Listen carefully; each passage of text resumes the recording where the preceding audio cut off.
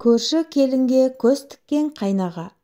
Соңғы кезде келінінің жүрегі айнып, ұйқышыл болып бара жатқанын байқаған енесі оны жақсылыққа жорыды. Ойлағанындай-ақ келіні жүкті екен. Асты үстіне түсіп, келінінің жағдайын жасап, ауыр тірліктің бәріне Бағланды жұмсап, үй іші қуанышты жүрді. Анда-санда үйге Шоқан келсе, келінін тасада ұстау мақсатында бөлмесінен шығармайды. Енесі жалпы Шоқанды ұнатпайды. Тыжырынып, соны көрсе кірпіші жиырыла қалады. Шалына да қаншама рет айтты, үйге келмесін деп. Қызықсың, үйіме келме деп қалай айтамын дейтін шалы. Бір күні үйде Данелядан басқа ешкім қалмады. Атасы мен Бағлан көрші ауылға кеткен болатын. Енесі базарға кетті. Үйді жинап жүрген Данеля есіктің тысыр еткен даусын құлағы шалып қалды. Дереу сыртқы есікке беттеді. Ондағы ойы Бағлан келген екен ғой деген еді. Бірақ ешкім жоқ. Ары-бері біраз қарап көрді де бөлмесіне өтті. Алдынан ыржиып Шоқан шыға келді. Дәл бір ауру адамша ыржалақтап күле берген ол, келін деді Данеляға жақындап. Қорыққанынан қолдары қалтырап кеткен келіншек, сіз мұнда не істеп жүрсіз? Шығыңыз үйден деді, даусы дірілдеп. Қайда кетем? Сен секілді сұлу әйел тұрғанда. Жоғал дедім мен саған. Бәлем, ақыры қолыма түстің бе деген Шоқан есік алдында тұрған Данеляға қарай атылды. Есіктің тұтқасынан ұстап дайындалып тұрған ол дереу кіре беріс бөлмеге атып шықты да есікті тарс жапты. Шығам деп есікке беттеген Шоқанның қақ маңдайынан есіктің жақтауы тарс етті де қан бұрқ ете қалды. Дереу асханаға жүгірген келіншектің көзіне ештеңе көрінеді емес. Бар ойлағаны мына пәлекеттен тезірек құтылу.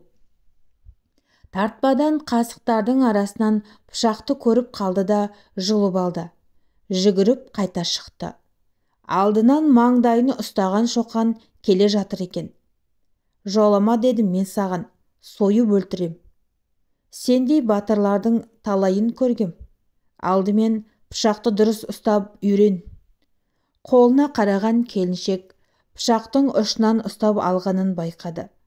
Дереу пышақтың сабынан ұстады да қайта Шоқанға қарай меңзеді. Сойып өлтірем, сотталып кетсем де сойып өлтірем. Қане, көрсет батырлығыңды. Елге күлкі болып масқараңды шығарамын. Өзі жабысты деп атыңды бұлғаймын деген ол тағы бір қадам басып Данеляға жақындады. Өз-өзін ұстай алмай қалған келіншек пышақты бар күшімен Шоқанға қарап сілтеп қалды да қайта суырып алды. Пышақ барып дәл ішіне кірген көрші еркек ыңылдап барып жерге гүрс етіп құлады. Қан сорғалаған пышағын қолынан тастамай далаға жүгіріп шықты. Не істедім мен? Өлтірдім бе? Енді не болады? Қақпаға қарай жүгірген ол кілт тоқтады да ойланып тұрып қалды. Қазір мына түріммен сыртқа шықсам, елдің көзіне түсемін ғой. Енді қайттым. Бағланның келуіне әлі 2 күн бар. Бағланнан басқа мені ешкім түсінбейді, сенбейді де. Қазір милицияға ұстатып жіберсе қайтем? Не істеуге болады? Не болса да үйде жатқан хайуанды көрейін. Өліп қалмады ма екен деп ойлады да үйге қайта беттеді. Ақыры есікті ашып еді, ешкім жоқ. Қанның аз ғана тамшылары жатыр. Дереу еден сүрткішпен ысқылап сүртті де шелектегі суға тастай салды. Қайда кетті екен? Қайда кетсе де дінаман ғой әйтеуір. Құрысын, өлмей өмірі қатсын ит. Қазір бәрін жарияға жар салып айтсам, маған ешкім сенбес бәлкім. Тыныш отырайын. Бағланым келгенде бәрін айтып беремін деген Данеля телефонын қолына алды. Бірақ күйеуінің телефоны сөндірулі еді. Данеля сыртта біраз отырды да бағанағы лақтырған пышағын іздей бастады. Шөп арасынан тауып алды да дереу суды ағызып жуып алды. Үйге кіріп, есікті ішінен іліп алды да кереуетке отыра кетті. Іштегі ашу ызасы көз жанарынан шығып жатыр. Осылай отырып түс ауып кеткенін сезбей де қалыпты. Сағатқа қарап еді, үйдегілердің келетін уақыты болып қалыпты. Орнынан сүйретіліп тұрған келіншек бар мән жайды айтамын деп шешті. Жұрт не десе де, кімге сенсе де, енді маған бәрібір. Маған өз өмірім қымбат. Бұлай жүре берсем, бір күні өлтіріп кетуден де тайынбайды. Өз-өзімді қорғаймын деп жүріп, өліп кетермін деп ойлады. Кешкі асты көңілсіз жүріп жасады да, есікті іліп, төсегіне қисайды. Басы сынып ауырып тұр. Енді көзі ілініп барады екен, есікті ұрған дауыстан шошып оянды. Ақырын басып, есіктің алдына келді. Кім бұл? Кімсіз? Менмін. Есікті аш. Болмаса түрмеге жаптырамын. Пышақ кезенді деп. Ешкім ара түсе алмайды. Бұл күніңе зар боласың. Одан да жақсылықпен есікті аш та беріл маған. Жоғал дедім мен саған, ит. Итті көрсетемін мен саған қазір деген Шоқан есікті тепкілей бастады. Қатты қорыққан келіншек жүгіріп өз бөлмесінің терезесіне барды. Терезеден қашып шықпақшы. Телефонын алып бірінші күйеуіне хабарласты. Қас қылғанда ол да тұтқаны ала қоймады. Күйініп кеткен келіншек қашудан басқа амалы жоқ екенін түсінді де, дыбысын шығармай терезені ашқаны сол сырттан Шоқан сап ете қалды. Қолынан ұстай алды. Үнсіз болып қалған соң үйді айналып терезелерді бақылап жүрген екен. Жатын бөлменің терезесі аулаға қарағандықтан бұларды ешкім көре де, есте де қоймайды. Шоқанның қолынан қатты тістеген келіншек ойбайлап қолын тартып алған Шоқанды бар күшімен итеріп жіберді. Терезе алдындағы гүл отырғызып қоршаған шарбаққа шалқалай құлаған ол, ой әкеңнің деп ішін ұстап отырып қалды. Бағанағы жараланған жер екен. Оның бағына пышақтың тек ұшы ғана кірген еді. Қатты жаралана қоймапты. Терезені тез жауып үлгерген Данеля телефонын қайта терді. Күйеуі сол күйі телефонды көтермеді. Дереу енесіне хабарласты. Енесінің Шоқанды ұнатпайтынын біледі. Алло, апа деп жылап жіберді. Әй, не болды? Тыныштық па? Неге жылап тұрсың? Апа, ана кісі мені аңдып жүр. Үйге келіп қорқытып жатыр. Есікті құлыптап алсам теуіп жатыр аш деп. Мас па? Әлде шегіп алған ба? Білмеймін. Тез келіңізші деп еңіреп жіберді. Қазір, міне жетіп қалдым деп тұтқаны қойды да шалына хабарласты. Шоқан екенін айтпай-ақ білді. Данеля терезеден қарап еді, ешкім жоқ. Дірілдеп қорқып келесі бөлмеге өтті. Терезеден қарап еді, ешкімді көре қоймады.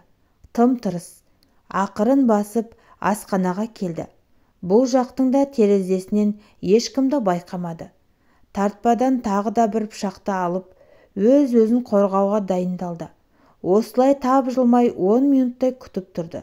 Ешқандай дыбыс жоқ. Орындыққа отыра кетті. Өксігін баса алар емес. Енді ғана сезіп жатыр. Іші төмен тартып, ауырсынып тұр. Осы кезде ғана өзінің жүктілігі есіне түсіп кетті. Біраз отырған соң тағы да байқап көрейін деп орнынан тұра бергені сол сыртқы қақпаның тарсылдаған дауысы естілді. Дабырлап асыға басып сөйлеп келе жатқан енесінің даусынан танды.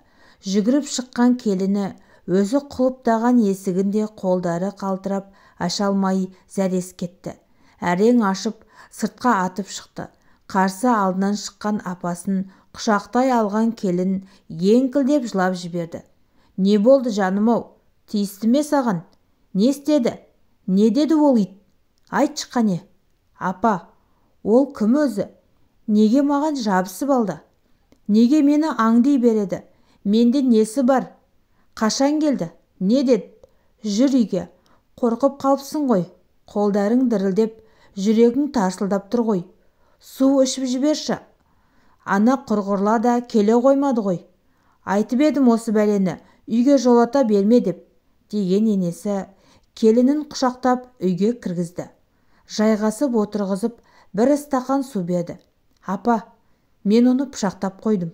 Не дейді деген енесінің қолындағы стақан тарс етіп жерге түсті. Өліп қалды ма? Қайда енді ол, деді көзі шарасынан шығардай. Жоқ, өлген жоқ. Қалай кіргенін білмеймін. Бірақ пышақ қан болды, апа. Ол сонда да тірі. Біраз уақыт көрінбей кетті де қайта келіп мені қорқытты. Түрмеге отырғызам деді. Егер мен оған берілмесем, бүкіл ауылға мына қатынның өзі жабысты деп айтам деді. Егер шынымен солай айтса, елдер мені не деп ойлайды, апа? Құдай ақы, мен оған қараған емеспін. Ондайды ойлағанда емеспін, апа, шын айтам, деп келіні еңкілдеп жылағанын тоқтата алар емес. Болды, жылама. Оның сөзіне кім сенеді? Қорықпа, болды, өкпеңді бас. Су ішші тағы да. Атаң келсін, оңдыртпаймын ол қақпасты. Қартайғанда құтырған қақпастың жынын шаңша қағып, біздің үйге беттей алмаса етемін оны. Уайымдама, бастысы тірі ғой, өліп қалмапты албасты хайуан. Екеуі осылай отырғанда күн кешкіріп үйге күйеуі мен қайын атасы қосарлана кіріп келді. Орнынан атып тұрған енесі үйге кірген екеуге қарсы жүрді. Жалғасы келесі бөлімде. Каналым ұнаса лайк басып пікір жаза отырыңыздар. Желіден алынған.